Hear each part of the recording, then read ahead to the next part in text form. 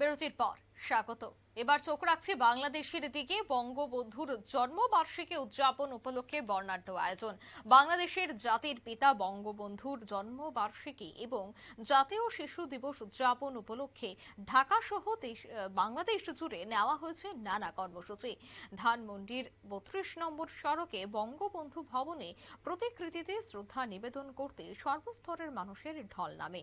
বঙ্গবন্ধু ভবনের সামনে বিশাল শামিয়ানা টাঙানো, তার নিচ দিয়ে নানা সংগঠনের সারিবদ্ধ পথ চলা। একের পর এক সংগঠন জয় বাংলা জয় বঙ্গবন্ধু স্লোগান দিয়ে জন্মদিনের শ্রদ্ধা নিবেদন করে চলেছে। শ্রদ্ধা নিবেদন বঙ্গবন্ধুর জন্মদিনে তার প্রতিকৃতিতে শ্রদ্ধা নিবেদন করেন সুপ্রিম কোর্টের সিনিয়র আইনজীবী চৈতালি চক্রবর্তী। এবং নিউজ ভ্যানগার্ডের সাথে বার্তালাপে তিনি বলেন যে জাতির পিতা প্রতি শ্রদ্ধা জানিয়েই স্মার্ট বাংলাদেশ গড়ার প্রত্যয় করে ফিরে হবে। সে বিষয়ে কি বলছেন তিনি, শোনাবো। জাতির পিতার এই জন্মদিনে আমি গভীর শ্রদ্ধা জ্ঞাপন করছি এবং শতকোটি প্রণাম জ্ঞাপন করছি। জাতির পিতা আছে বিধায় আমরা বাংলা কথায় বলতে পারছি।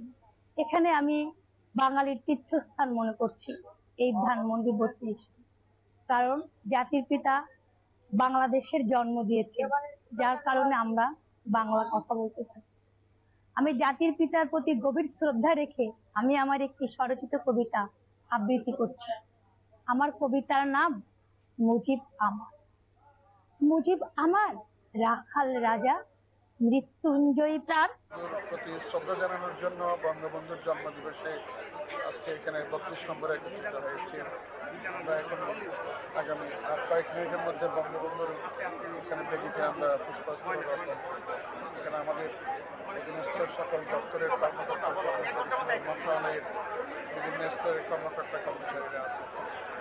দাঁড়িয়ে আমরা সকলেই একটি স্লোগানের মধ্যে দিয়ে আমরা নিজেরা প্রতিজ্ঞাবদ্ধ, স্মার্ট বাংলাদেশ বিনির্মাণে জননেত্রী শেখ হাসিনার হাতকে শক্তিশালী করে বাংলাদেশের সকল অরাজকতাকে পরিপদদলিত করে সোনার বাংলায় রূপান্তরিত করার জন্য আমরা নিশ্চয়ই এগিয়ে যাব।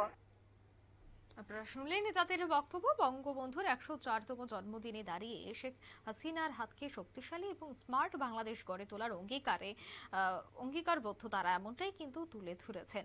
বঙ্গবন্ধুর প্রতিকৃতিতে শ্রদ্ধা জানাতে আসেন মৎস্য এবং প্রাণী সম্পদ মন্ত্রকের সচিব মোহাম্মদ সেলিম উদ্দিন। মন্ত্রকের অধীনস্থ সকল বিভাগের কর্মকর্তারা এবং কর্মচারীদের নিয়ে শ্রদ্ধা নিবেদন করেন এই সরকারি আমলারা। নিয়ে নিচ্ছে ছোট্ট একটি বিজ্ঞাপন বিরতি, সঙ্গে থাকুন।